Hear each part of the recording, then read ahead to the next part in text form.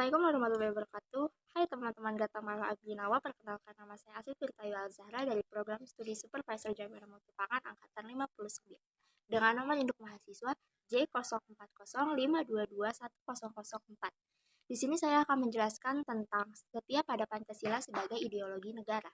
Yang pertama, arti Pancasila sebagai ideologi negara. Ideologi berasal dari bahasa Yunani yang terdiri dari dua kata, yaitu idea yang berarti ide, gagasan, buah pikir, atau konsep, dan logos yang berarti hasil pemikiran. Berdasarkan bahasa, ideologi adalah ilmu yang mencakup kajian asal mula, juga hakikat buah pikir atau gagasan. Ideologi disebut juga sebagai identitas dari sebuah negara, karena ideologi memiliki fungsi yang sangat penting untuk sebuah negara di mana ideologi digunakan sebagai sebuah hal yang memperkuat identitas sebuah masyarakat negara. Pancasila dijadikan ideologi sebagai pedoman oleh masyarakat Indonesia dalam menjalankan kehidupannya, karena dalam Pancasila ini terkandung dengan kelima asas Pancasila yang menjadi landasan masyarakat dalam bersosialisasi, kehidupan beragama, hak asasi manusia, dan bekerja sama.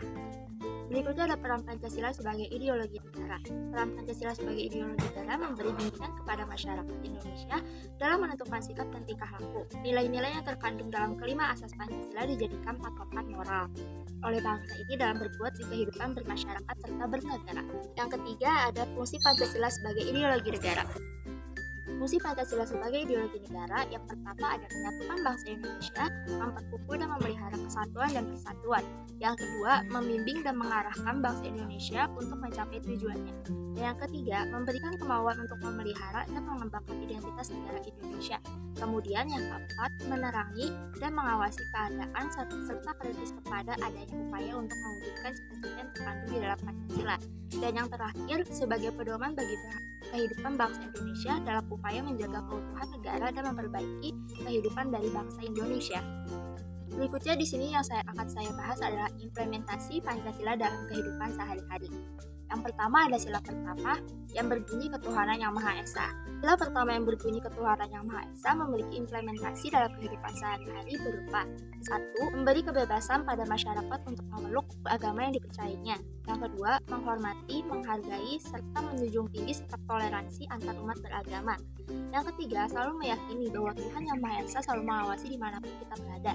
Yang keempat, bersikap jujur dan berbicara apa adanya. Yang kelima, disiplin dan taat dalam menjalankan ibadah. Dan yang terakhir, berinteraksi dengan semua tetangga atau masyarakat sekitar tanpa membeda-bedakan kepercayaan kita. Kemudian dilanjut dengan sila kedua yang berbunyi kemanusiaan yang adil dan beradab. Dalam sila ini, implementasi yang bisa kita lakukan dalam kehidupan sehari-hari adalah 1. Menjunjung tinggi sikap dan saling menghormati dan hak-hak orang lain. Yang kedua, tidak melakukan tindakan atau kegiatan yang berbau diskriminan terhadap suatu kelompok atau orang lain. Yang ketiga, menghargai dan pendapat orang lain dan bersikap adil. Dan yang terakhir, menjaga sikap sopan santun di berbagai kondisi.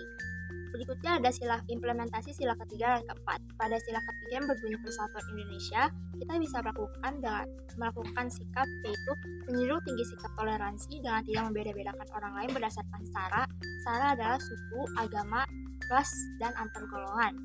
Yang kedua, menumbuhkan rasa cinta tanah air dan berusaha menjaga nama baik Indonesia.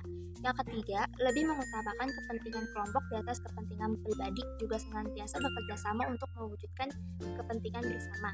Yang keempat, saling menghormati, menyayangi, menghargai, dan menjaga kerukunan baik dalam lingkup keluarga maupun lingkup sosial. Berikutnya ada sila keempat yang berbunyi kerakyatan yang dipimpin oleh hikmat kebijaksanaan dalam permusyawaratan perwakilan. Pada sila ini, sikap implementasi kita yaitu pertama, musyawarah untuk mencapai mufakat. Musyawarah ini penting banget buat mencapai tujuan kita agar kita bisa satu suara dan mewujudkannya dengan tujuan yang sama. Yang kedua, tidak memaksakan kehendak kepada orang lain karena negara menjamin kebebasan orang lain untuk berpendapat. Yang ketiga, saling menghargai pendapat dan menerima kritik yang membangun. Keempat, melakukan hal yang telah diputuskan lewat musyawarah dengan baik dan penuh tanggung jawab. Yang terakhir ada sila kelima yang berbunyi keadilan sosial bagi seluruh rakyat Indonesia. Pada sila kelima ini, sikap yang bisa kita implementasikan yaitu pertama, bersikap adil terhadap sesama. Yang kedua, memberikan pertolongan kepada orang lain tanpa melihat latar belakangnya. Yang ketiga, menjaga keseimbangan antara hak dan kewajiban. Yang keempat, tidak menggunakan hak milik untuk bertentangan dengan merugikan kepentingan umum. Dan yang terakhir, suka melakukan kegiatan dalam rangka mewujudkan kemajuan yang merata dan keadilan sosial. Sekian presentasi dari saya, kurang lebihnya mohon maaf. Wabillahi taufiq wal hidayah. Wassalamualaikum warahmatullahi wabarakatuh.